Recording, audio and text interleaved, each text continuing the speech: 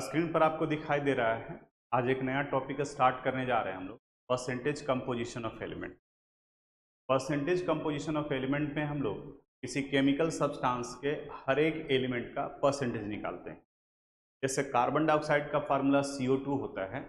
इसमें दो एलिमेंट हैं, एक कार्बन और दूसरा ऑक्सीजन। तो आज सीखेंगे हम लोग कि अगर कार्बन डाइऑक्साइड दिया हुआ है तो कार्बन डाइऑक्साइड में कार्बन के कितने परसेंटेज होंगे और ऑक्सीजन का कितना परसेंटेज। उसे निकालने के लिए हमारे पास में ये फार्मूला दिया हुआ है। किसी भी एलिमेंट का परसेंटेज निकालना है, उस एलिमेंट का उस कंपाउंड में नंबर ऑफ एटम्स, उसे मल्टीप्लाई कर देते हैं एटॉमिक मास से। इस एलिमेंट का निकालना है डिवाइडेड बाय मॉलिक्यूलर मास। इसे समझाने के लिए यहाँ पर एग्जाम्पल दो डिस्कस किए हैं। जैसे C2H6 है, तो पहला काम करोगे आप कि C2H6 यानी जो दिया हुआ है उसका मॉलिक्यूलर मास निकाल। तो C2H6 का मॉलिक्यूलर मास 30 आ गया। मॉलिक्यूलर मास हम लोग ऑलरेडी पहले पढ़ चुके हैं। अगर नहीं पढ़ा हुआ पार्ट होगा तो फिर आप एक वीडियो शेयर किए हैं, आपको यूट्यूब चैनल पर भी मिल जाएगा, डिटर्मिनेशन ऑफ मॉलिक्यूलर मास। वहाँ उसको पहले देखोगे, उसके बाद में फिर इस टॉपिक पर आना।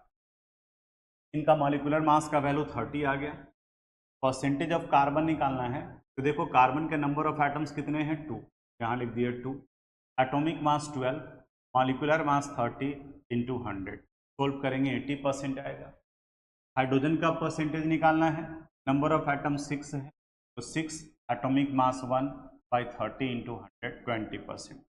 फिर एक पार्ट और बताएं कि अगर दो एलिमेंट हैं, एक का परसेंटेज पता है तो दूसरे का परसेंटेज 100 में से माइनस करके भी निकाल सकते हो। कार्बन का ऑलरेडी 80% हो गया है, तो जो दूसरा हाइड्रोजन बचा हुआ है वो 100 माइनस 80 करेंगे तो 20% आएगा। दूसरा एग्जाम्पल बताए थे मीथेन का। मीथेन में कार्बन और हाइड्रोजन का परसेंटेज निकालना है, तो मीथेन का मॉलिक्यूलर मास निकाल लिए 16U। अब इसमें कार्बन का परसेंटेज निकालना है। देखो कार्बन का number of atoms 1, atomic mass 12 divided by 6, ये वैल्यू आ गया 75। तो यहीं से पता चल गया कि हाइड्रोजन का 25% आने वाला है। फिर भी हम फार्मूले से भी निकाल सकते हैं परसेंटेज ऑफ हाइड्रोजन। तो 4 इंटू 1/16 इंटू 100, ये वैल्यू आएगा 25%। ये हम रिपीट कर दिए जो लेट से ज्वाइन किए उनके लिए। अब आपको एक क्वेश्चन दे रहे हैं, उसमें भी उसके कंस्टिट्यूएंट एलिमेंट का परसेंटेज निकालना है। और यहाँ पर देखो ये स्क्रीन पर दिखाई दे रहा है, ग्लूकोज का फार्मूला है C6H12O। आप सोल्व कीजिए, इसको निकालिए सिस्टमेटिक तरीके से और आंसर आप रिप्लाई कीजिए अपने चैट वाले से। आप में से अधिकांश लोग इसको बनाए हैं, यहाँ पर एक बार देख लेते हैं फिर से, क्योंकि बताना है। जिन लोगों से नहीं बना होगा उनके लिए सबसे पहला पार्ट ये बताए कि आपको इसका मॉलिक्यूलर मास निकालना हो। यहाँ जाएगा 12 इंटू 6, हाइड्रोजन का 1 इंटू 12, ऑक्सीजन का 16 इंटू 6। ये वैल्यू हो गया 72 प्लस 12 प्लस 96, यानी मॉलिक्यूलर मास का वैल्यू आ गया 180। अब इसमें 3 एलिमेंट है, कार्बन, हाइड्रोजन और ऑक्सीजन। तो परसेंटेज ऑफ कार्बन निकालेंगे, नंबर ऑफ एटम्स। कार्बन का number of atoms 6, atomic mass 12, molecular mass 180 into 100। इसको सोल्व करोगे, देखो यहीं पे कट रहा है, 0 0 कैंसिल हो गया, ये 3 टाइम्स में कट गया, 4 टाइम्स, 4 इंटू 2 करेंगे, वैल्यू आ गया 40%। परसेंटेज ऑफ हाइड्रोजन पर आ जाते हैं। नंबर ऑफ एटम्स, हाइड्रोजन का number of atoms 12, atomic mass 1 divided by 180 into, तो क्या क्या कैंसिल हो रहा है, 2 0 कैंसिल हो, 3 से 4 टाइम और ये 6 टाइम, यानी यहाँ वैल्यू आ गया 40 डिवाइडेड बाई 6। और इसे डिवाइड करोगे ये 6.6666 जाता रहेगा, ये 6.67%। राउंडिंग ऑफ हम लोग ऑलरेडी पढ़ चुके हैं। तो राउंडिंग ऑफ में ये बताया गया है कि अगर कोई वैल्यू 5 से बड़ा है तो प्रीसीडिंग वैल्यू में 1 ऐड कर देते हैं।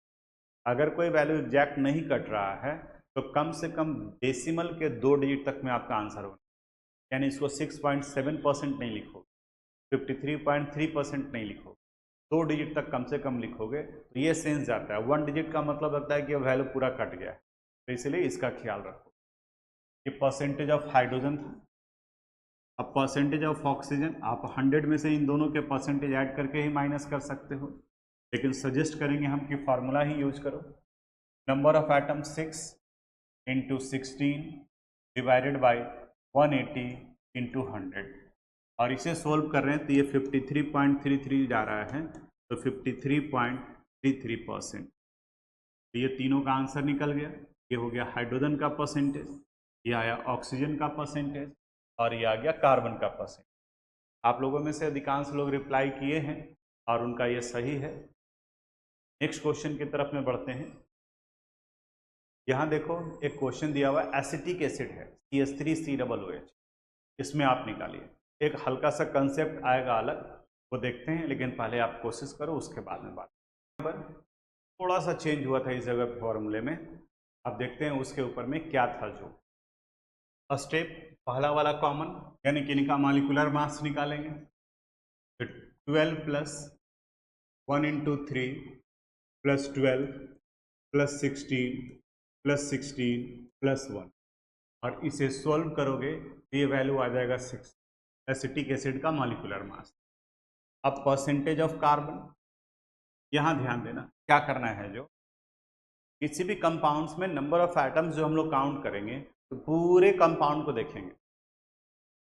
जैसे अगर कहीं फार्मूला दिया हुआ है CH3 CH2 CH2 CH2 CH3, तो सिर्फ आगे वाले CH3 का C नहीं लेंगे, इस पूरे कंपाउंड में जहाँ जहाँ कार्बन है सबको जोड़ करके टोटल कार्बन है वो लिखेंगे, हाइड्रोजन जितने टोटल हैं वो लिखेंगे। अब यहाँ इस जगह पर देखोगे कुछ लोग का मिस्टेक वहाँ से हुआ था, परसेंटेज ऑफ कार्बन निकालना है, तो कार्बन के नंबर ऑफ एटम्स देखो, एक यहाँ भी है कार्बन और यहाँ भी है कार्बन, तो कार्बन के टोटल नंबर ऑफ एटम्स कितने हो गए, 2, यहाँ पर लिखा जाएगा 2 into 12 divided by molecular mass 60 into 100।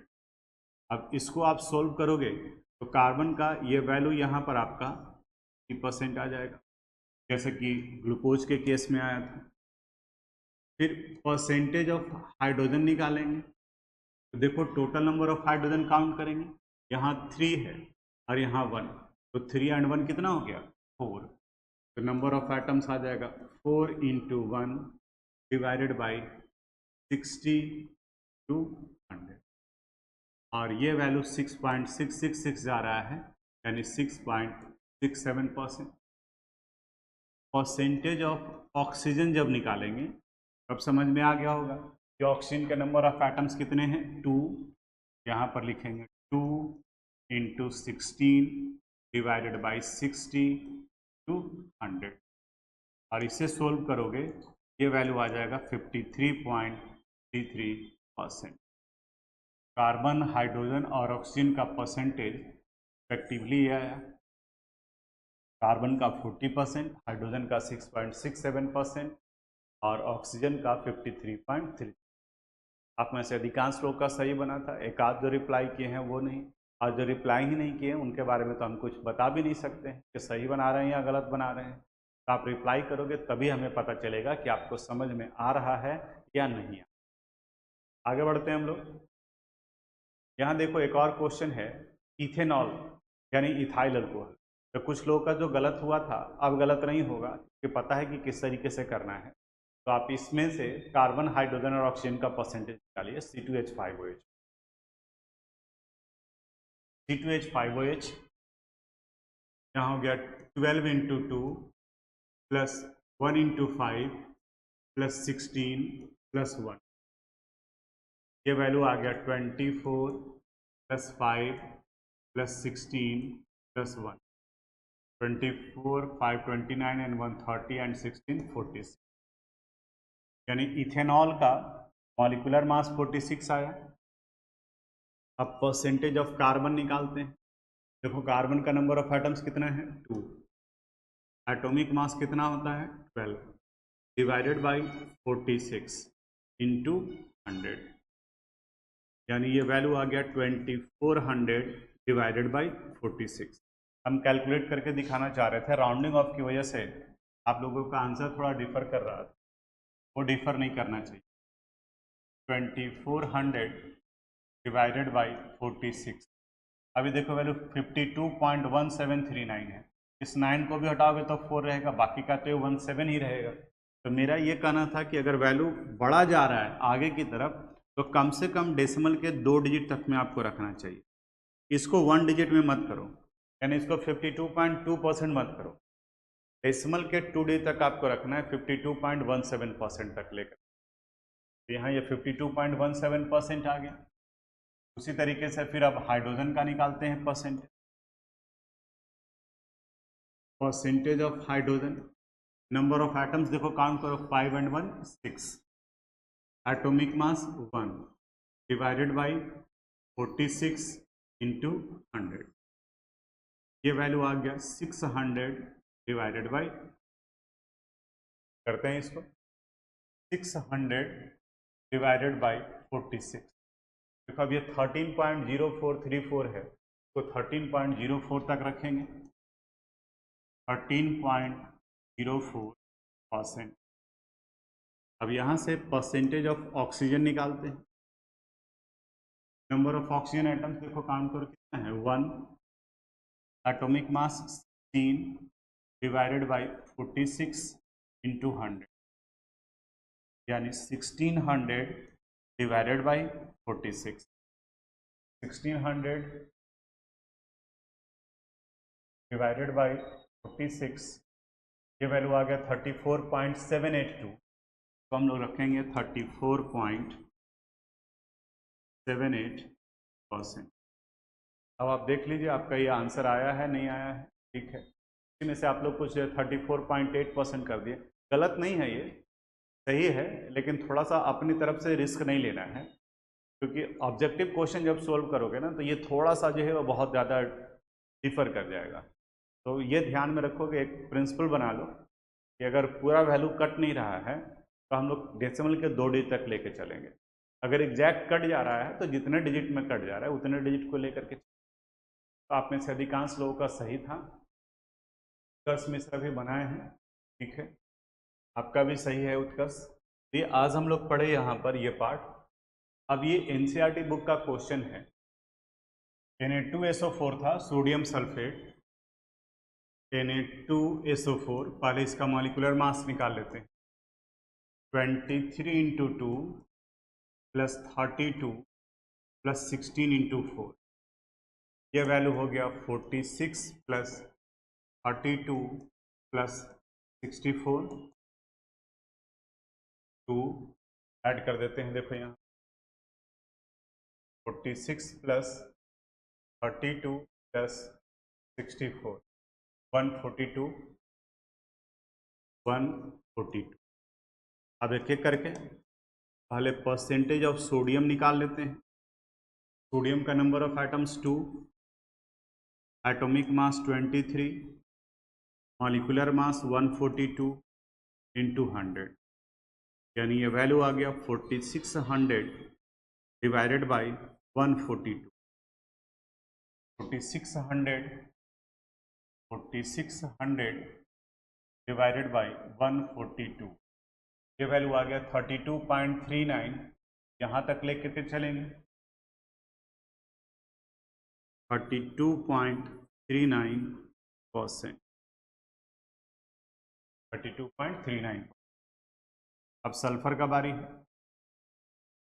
Percentage of sulphur, number of atom 1 into 32 divided by 142 to 100, यानी वैल्यू आ गया 3200 डिवाइडेड बाई 140, डिवाइड करते हैं इसको, 3200 डिवाइडेड बाई 142, ये वैल्यू है 22.535, तो इस 5 को हटाओगे तो ये 4 हो जाएगा, यानी यहाँ लिखना पड़ेगा हम लोग को 22.54%।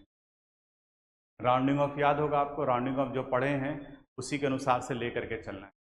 देखो शुभम कुमार सिंह, अभी भी आप यार जब पूरा कट नहीं रहा है तो फिर आप उसको 22.5% क्यों लिख, अभी तो वही समझा रहे हैं, अगर एग्जैक्ट वैल्यू नहीं कट रहा है तो कम से कम डेसिमल के 2 डिजिट तक लेकर के। उत्कर्ष मिश्रा आपका आया था यहाँ पर 22.53, तो अभी हमको लग रहा है कि समझ में आया हो कि 53 नहीं होगा, 53 के बाद में फिर ये वैल्यू कौन सा है 5, और 5 को हटाने के लिए रूल क्या था, आगे का अगर ऑड है तो उसमें 1 ऐड कर दें, ये ऑड है तो 1 ऐड कर दिए तो ये वैल्यू 4। तो इन सब चीज़ों का ख्याल रखोगे। यानी इसके साथ साथ ये भी टेस्ट हो जा रहा है कि आपका राउंडिंग ऑफ का कंसेप्ट क्लियर है या फिर नहीं है। लास्ट परसेंटेज ऑफ ऑक्सीजन निकालना है। नंबर ऑफ ऑक्सीजन आइटम्स कितने हैं 4, 4 × 16 डिवाइडेड बाई 142 × 100, ये वैल्यू आ जाएगा 6400 डिवाइडेड बाई 142, डिवाइड कर देते हैं 6400 डिवाइडेड बाई 140, ये वैल्यू आ गया 45.070, 07 तक लेकर के चलेंगे तो 45.07। तो एग्जामिनेशन में आप ऐसा नहीं है जैसे आप लिखे डेसिमल के 1 डिजिट तक ही लिखे हैं, आप 22.53 कर दिए, हम यहाँ पे 22.54 किए हैं, तो मैनुअली होता है तो यहाँ पे गलत नहीं होना चाहिए, बट जब हम सीखे हैं जानते हैं तो उसको एक्यूरेट ही करने की कोशिश। तो आज यहीं तक ये क्लास करते हैं। अब नेक्स्ट क्लास में हम लोग इम्पीरिकल फार्मूला डिस्कस करेंगे, तो आप थोड़ा सा कोशिश करो कि इम्पीरिकल फार्मूला और मॉलिक्यूलर फार्मूला क्या है उसको आप थोड़ा सा देख कर रखोगे। ये वीडियो हम आपको शेयर करेंगे, एक बार फिर से आप इसको ज़रूर रिपीट करके देख लेना, और ये जितना एग्जाम्पल्स बताए हैं अगर कॉपी में नहीं लिखा हुआ होगा तो बोर्ड वर्क से आप इसको कॉपी कर। तो आज यहीं तक। Thanks for watching this video.